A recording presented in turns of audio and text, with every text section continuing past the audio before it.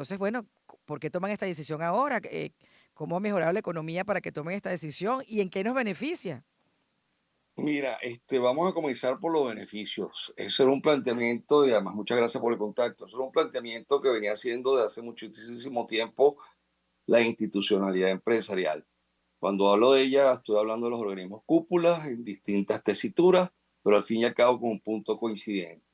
Resaltar lo regresivo. Cuando digo lo regresivo, es lo injusto de un impuesto que lo deben pagar todos sin ningún tipo de discriminación en cuanto a capacidad de pago. Sea rico, sea pobre, todo el mundo tiene que pagar de una manera explícita o implícita el impacto del impuesto a las grandes transacciones financieras, como lo vamos a ver ahorita. Hasta la Cámara de Caracas, cuando lo estuvimos presidiendo, hizo una expresión contundente conjuntamente con Comercio en cuanto a la derogatoria del IVA. Otra parte de la institucionalidad empresarial partía del punto de vista de la necesidad de la recaudación y, en consecuencia, reducción a ciertos porcentajes o alícuotas impositivas para hacerlo menos injusto. La oportunidad, bueno, llama la atención que sea 2 meses después que el presidente hace un llamado para el incremento de la recaudación tributaria, diciendo que aquí había que aumentar la recaudación tributaria, que había que eliminar las exoneraciones y Ujú, ujú. reducirlas a máximo. Se crea una contribución especial, que no es más que un impuesto, pero se le llama contribución especial, por lo menos a los fines de la ley, en el caso específico de las pensiones. Y ahora resulta ser que el presidente dice, están las cuentas dadas como para eliminar al impuesto de las grandes transacciones financieras. Ese es un primer elemento que llama la atención, más allá de lo positivo que representa que el flujo de caja de las empresas se mejore con una reducción del impacto de la eliminación del 2% del impuesto en las transacciones en bolívar. Segundo lugar, eso evidencia que las mayores transacciones que se hacen en el país son en dólares Ujú. y se mantiene en consecuencia el 3% en dólares. Se elimina el impuesto en bolívares, pero se mantiene el impuesto al dólar, lo cual evidencia que, si bien es cierto, en un principio aumentó la tendencia a las transacciones en bolívares, la gente se acostumbró, tiene mayor posibilidad de dólares, la moneda que se utiliza para el intercambio de bienes y servicios, para la compra, para la remuneración correspondiente, es el dólar.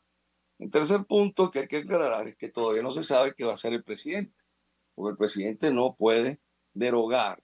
Quien deroga las leyes es la Asamblea Nacional. Ujú. Pareciera, dentro del conocimiento que se tiene de las disposiciones constitucionales y del Código Orgánico Tributario, que lo que firmó el presidente fue una exoneración del impuesto, no se sabe si dentro del término del Código Orgánico Tributario por un año, Ujú. o simple y llanamente estableció indebidamente, porque eso le corresponde a la ley, pero hay tradición reciente en establecer la tasa cero.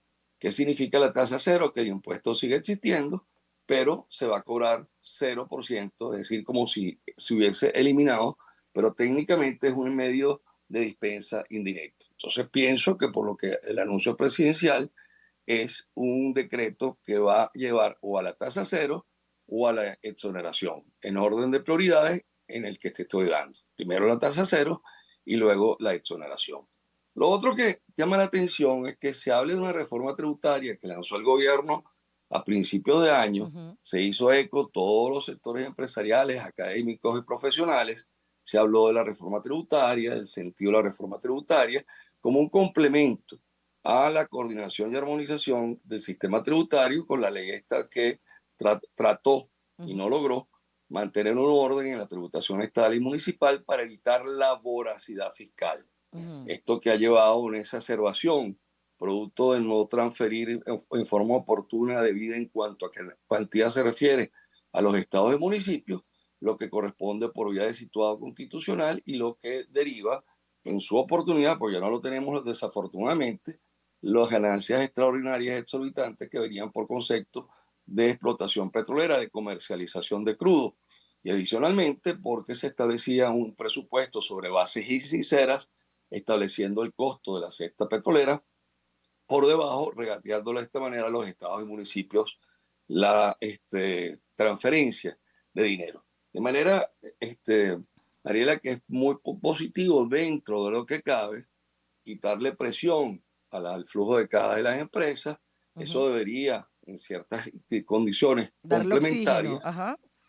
oxigenar perfectamente, gracias por esa muletilla que me ayuda, de oxigenar la economía, pero se hace en un momento que indiscutiblemente llama la atención, a 15 días antes de las elecciones, luego de anuncios contradictorios con el presidente, obviamente como parte del sector empresarial, nos parece positivo, pero desde el punto de vista como especialista nos preocupa porque no está dentro del contexto general de unas finanzas públicas manejadas con seriedad, responsabilidad, con una visión absolutamente toda de las distintas etapas que corresponden a una actividad financiera: presupuesto, gasto público, endeudamiento y forma de transferencia para que Ujú, el ujú. gasto público en los distintos sectores de la población se haga de manera efectiva y eficiente.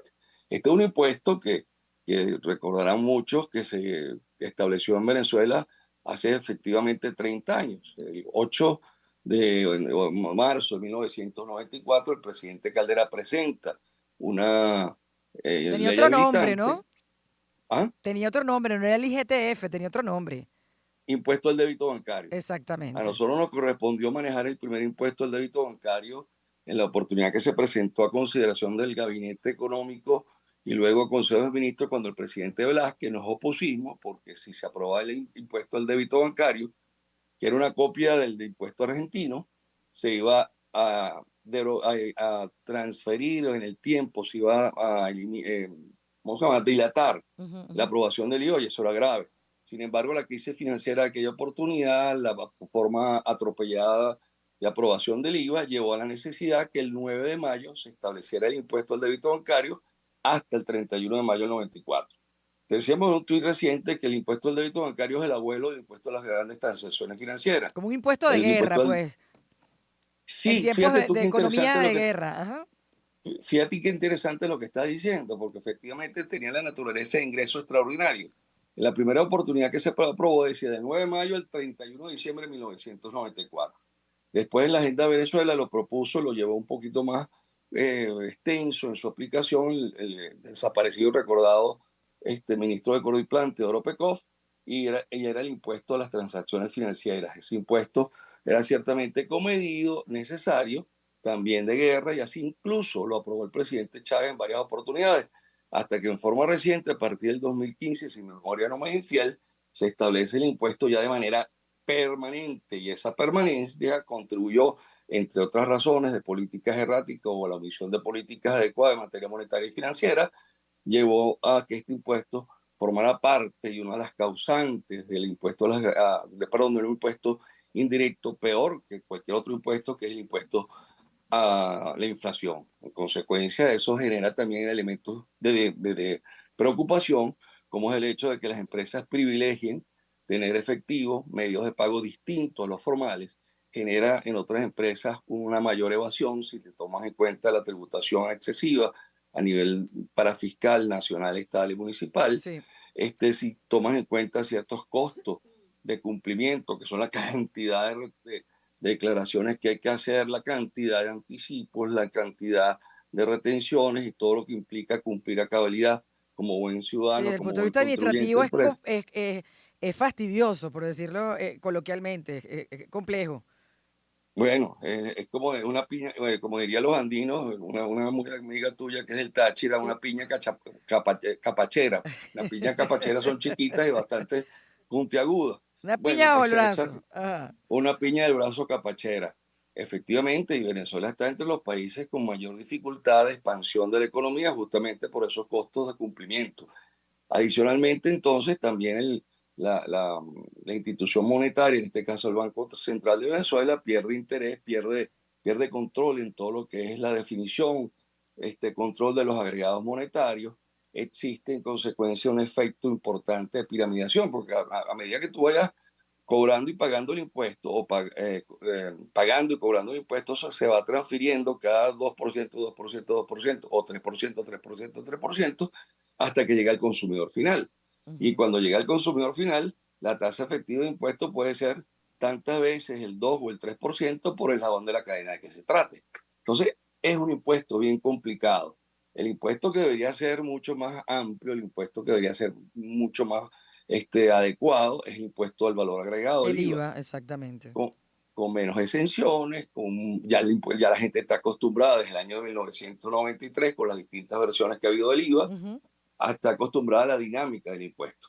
De Sí, manera que, en líneas generales, a pesar de que se trata de una decisión electoral, con el debido respeto, sé que hay cierta tranquilidad y la comparto, el aplaudo en el sector empresarial. Me voy a copiar tu frase del respiro, un poquito de oxígeno que se le da al sector productivo y comercial. No nos deja preocupar de cómo va a ser el financiamiento del gasto público en lo que resta del año, cómo va a ser el financiamiento en cuanto a un crecimiento que sí ha habido, pero que se espera sea mayor y que en definitiva pudiéramos buscar un esquema razonable. Hay que pagar los impuestos, sí. pero Y los ahora, impuestos que se pagan, cuando uno haga una transacción en dólares o a través de criptomonedas, ¿cómo queda la cosa? sigues pagando tu 3%, Ese no lo que han era lo que te eliminado. decía al principio. ¿Qué te evidencia eso? Que la gente sigue pagando en dólares. Pero en La gente bolívares no. maneja más dólares. Yo te pregunto a ti, ¿tú conoces el cono monetario? Si yo te pongo los billetes, ¿tú No, reconoces yo, cuál es? yo de verdad es que conozco más lo del monopolio que el cono monetario actual. Bueno, fíjate tú, a mí me cuesta a veces reconocer el cono monetario, porque yo todavía me quedé con la OSA, me quedé con el negro Yo primero, también me quedé con el negro y primero.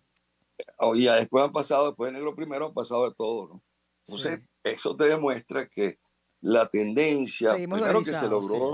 que se logró un punto a favor con todas las restricciones del cono monetario, que es el pago por vía digital, es decir, por transacciones bancarias directas a través del P2P, como se dice, pues con mecanismos perfectamente adecuados, con una estructura importantísima de las instituciones financieras venezolanas, por un lado, y por lo otro te demuestra que efectivamente se sigue utilizando el dólar como Ujú. moneda de pago, como moneda funcional.